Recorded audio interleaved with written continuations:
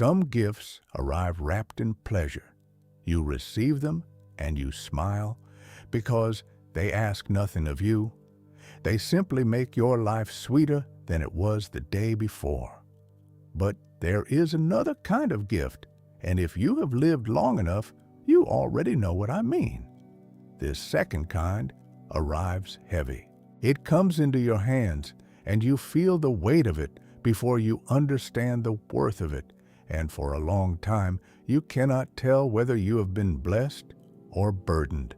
I want to talk to you today about that second kind, about the heavy gift, about what it means when God places something in your life that does not feel like a reward at first, but like a responsibility you did not ask for and cannot put down.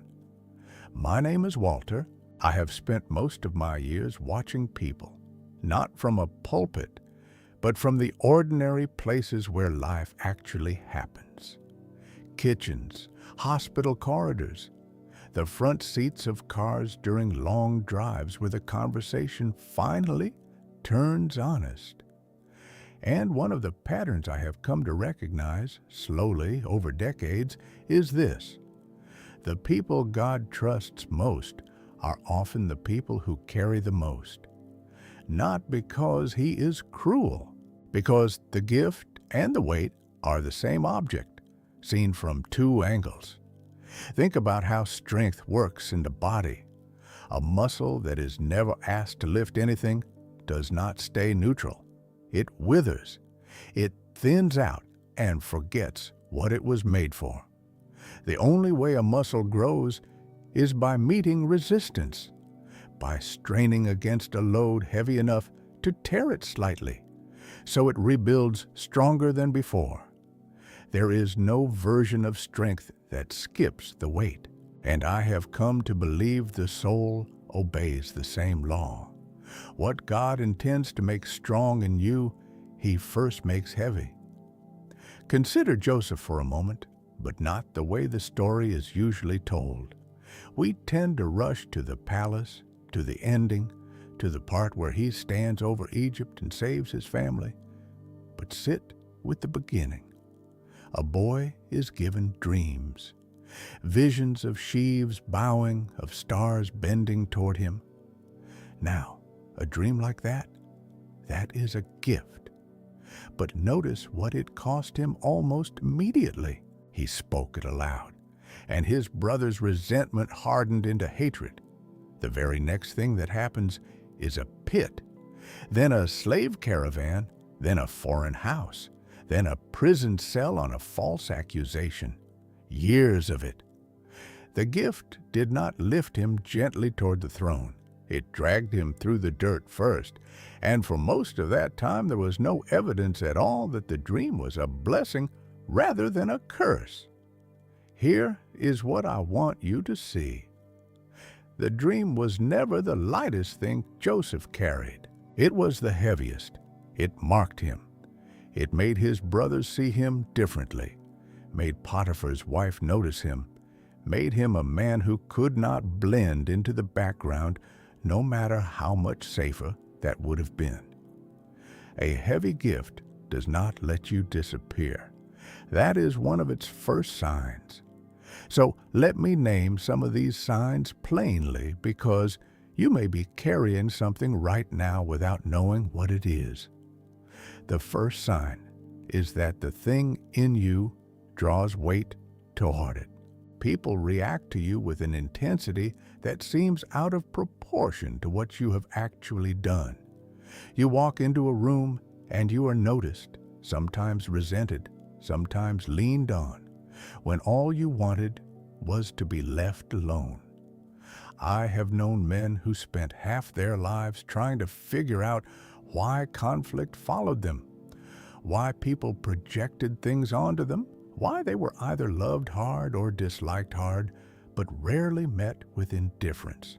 And often it was because they were carrying something, a presence, a calling, a kind of inner authority that the people around them could feel before anyone could name it.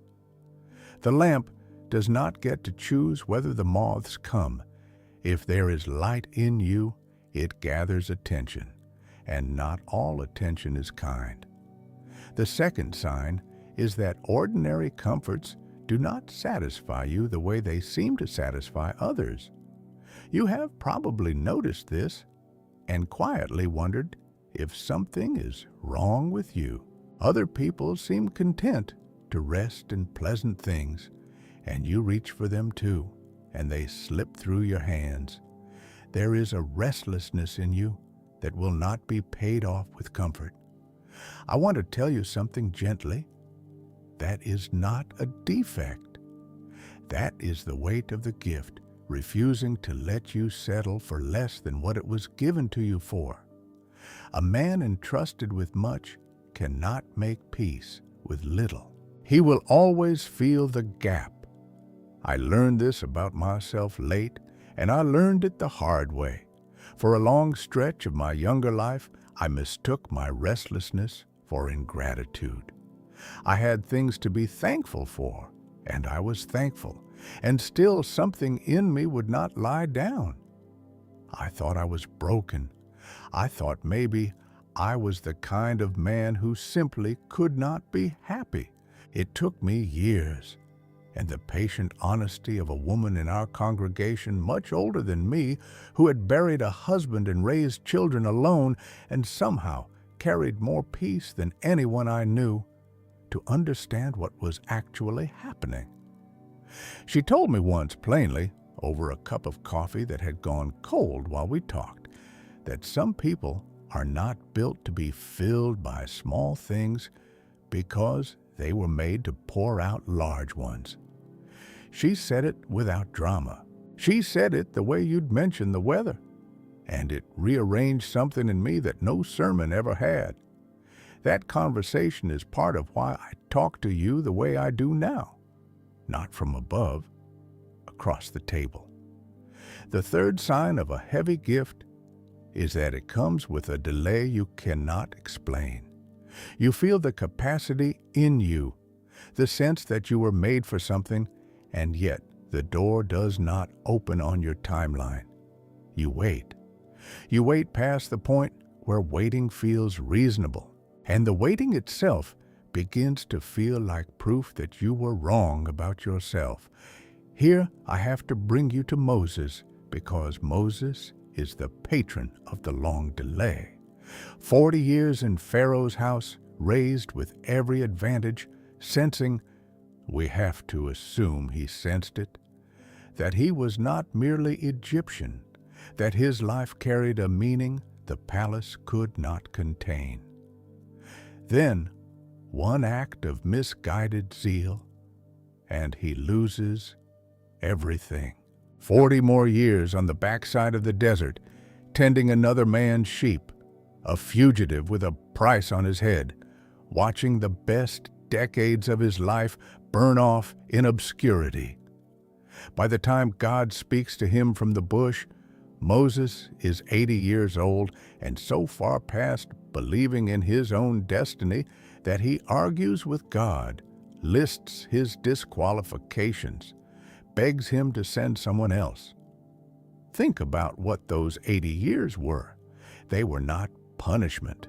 They were preparation so slow it was nearly invisible. The man who would lead a nation through the wilderness had to first learn the wilderness, its water, its roots, its silence, its way of breaking a proud man down into someone who could be used. The 40 years of waiting were not the absence of the gift, they were the forging of it. And Moses could not see that from inside the wait. Nobody can. That is what makes the heavy gift so hard. While it is forming you, it almost always feels like it is wasting you. If you are in a season like that right now, I want you to hear me carefully. The delay is not the denial. The delay is the depth.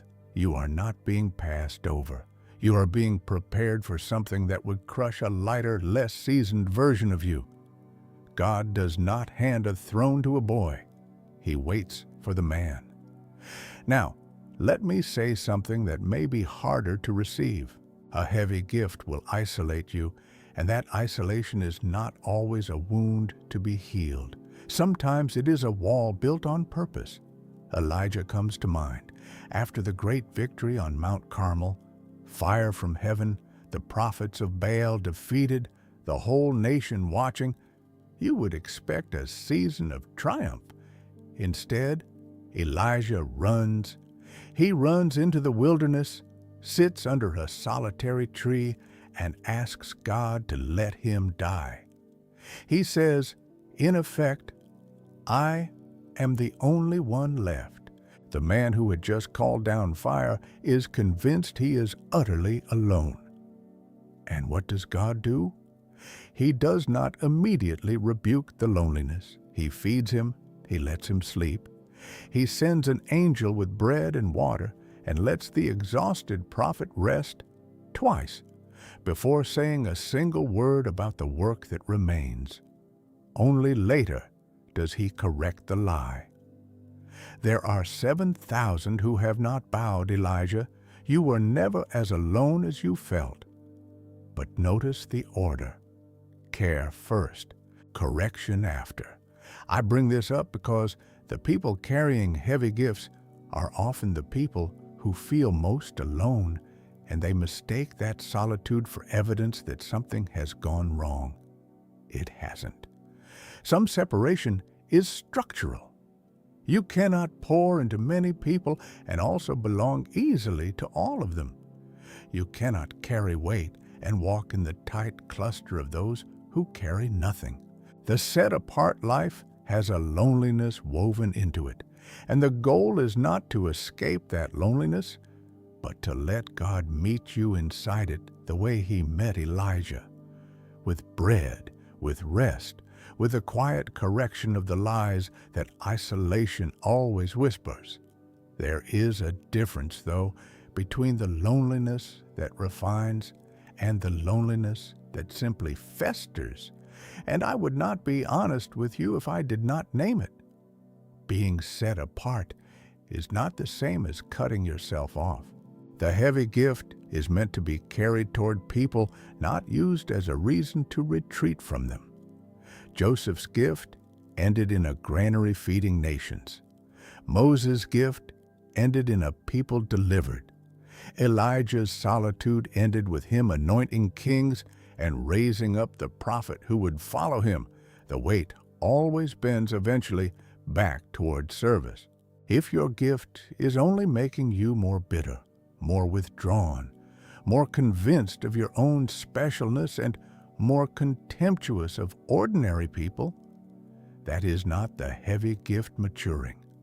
That is something else, and it needs to be brought into the light before it hardens. Let me give you the fourth sign, and this one is subtle. A heavy gift makes you responsible for things other people get to ignore. You see what others walk past. The injustice in the room that everyone has agreed not to mention. The person quietly drowning at the edge of the gathering. The lie that has become so comfortable nobody wants to disturb it. You notice, and the noticing is not optional. And the worst part is that noticing makes you responsible. You cannot unsee it. The lighter soul gets to enjoy the party. You find yourself unable to fully relax because some part of you has already registered the thing that needs attending to. The prophet Jeremiah called this a fire shut up in his bones. He tried to stay quiet. He decided he would no longer speak in God's name, would no longer carry the heavy, unwelcome words that made everyone hate him. And he found he could not hold it in. The weight he had been given would not let him put it down. That is the burden of a true gift. It does not respect your preference for an easy life. It conscripts you. I have watched this play out in people I love. I knew a man years ago who had a gift for seeing through pretense. He could sit in a meeting and know with an accuracy that unsettled everyone which words were true and which were performance. It made him invaluable, and it made him exhausting, and it cost him friendships because most people do not want to be seen that clearly. He spent years resenting it. He wanted, he told me, to just be a normal man who took things at face value and slept soundly. But he couldn't. The seeing was not something he turned on. It was something he was. And the turning point in his life came not when he got rid of the gift. You cannot get rid of it, but when he stopped fighting it and started asking how it was meant to be used. The gift that had isolated him became, in his later years, the thing that let him counsel and steady people through the worst decisions of their lives. The weight never lightened, but it found its purpose, and purpose makes weight bearable in a way that nothing else does. This is the secret at the center of everything I am telling you. The heavy gift does not get lighter. You get stronger, and the strength comes only through carrying. There is one more figure I want to set before you, because his story carries a weight the others don't quite reach. Think of Jacob at the river Jabbok. He is alone in the dark, having sent everyone he loves across to the other side, and a man comes and wrestles with him until daybreak.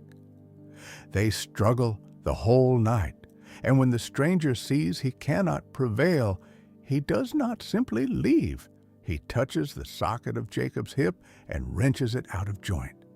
Jacob walks away from that night with a blessing and a limp, both. In the same encounter, he receives a new name, Israel, one who has struggled with God and prevailed, and he receives an injury he will carry for the rest of his life. I have thought about that limp for many years, because that is what a heavy gift does to a man. It blesses him and it marks him in the same motion. Jacob did not get to choose the blessing without the wound. He left the river changed in his identity and changed in his body. And from that day forward, every step he took was a reminder of the night he had held on and would not let go. The people who met him afterward saw a man who walked unevenly. They did not see the blessing, they saw the limp.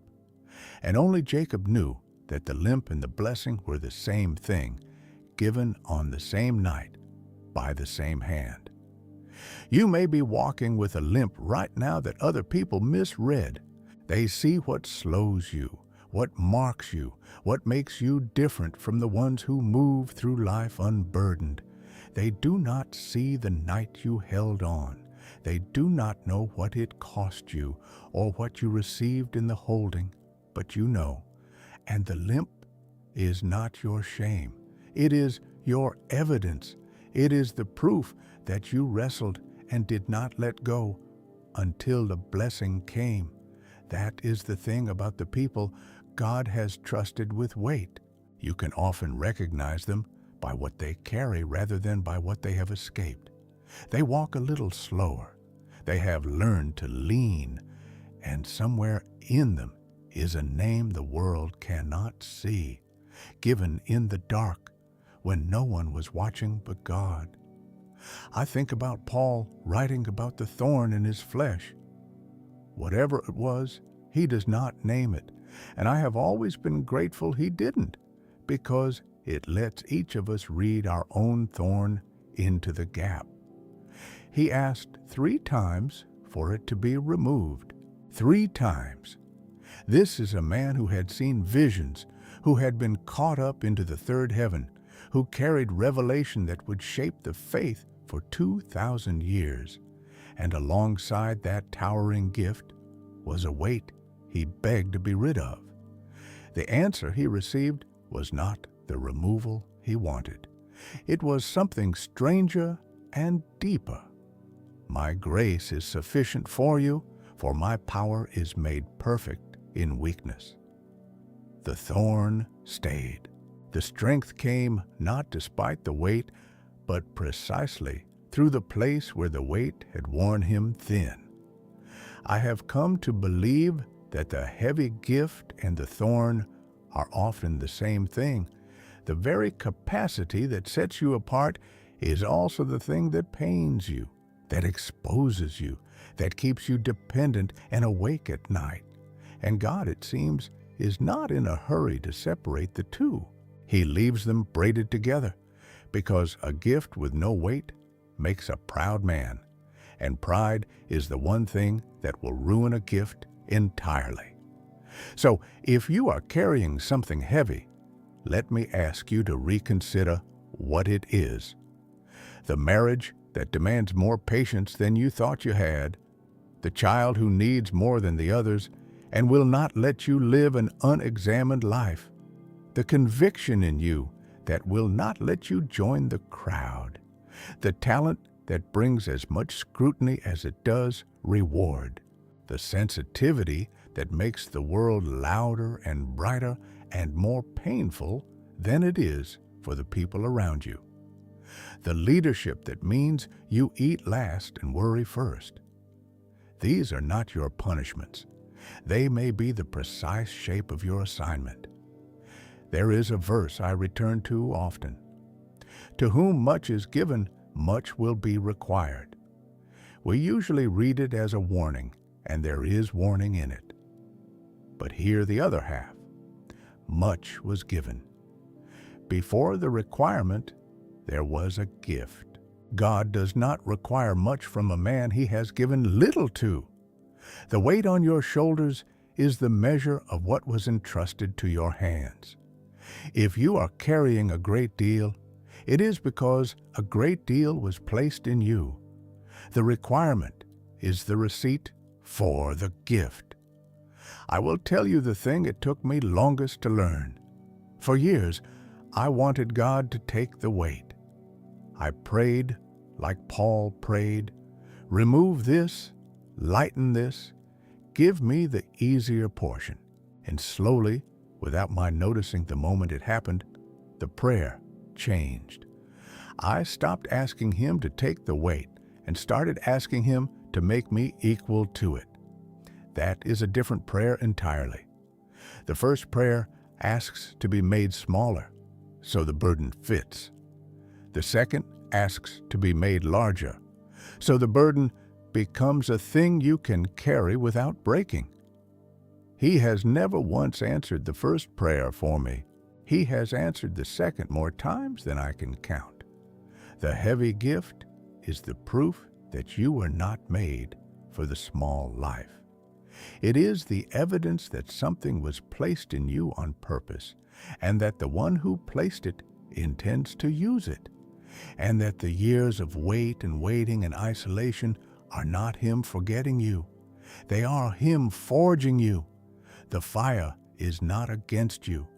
The fire is for you. And the man or woman who comes out the other side of it carries a strength that the comfortable will never understand and the lazy will never possess. You did not ask for this gift. Most people who carry the heaviest ones never did. But it is yours now. The only question left is whether you will spend your life resenting its weight, or whether you will let the carrying make you into the person it was always pointing toward. I'd like to hear from you before we part. Tell me down in the comments about the heaviest thing you carry, the gift that has cost you the most.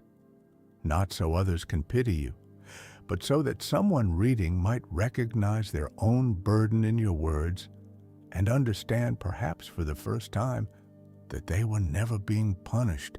They were being prepared. Leave it there.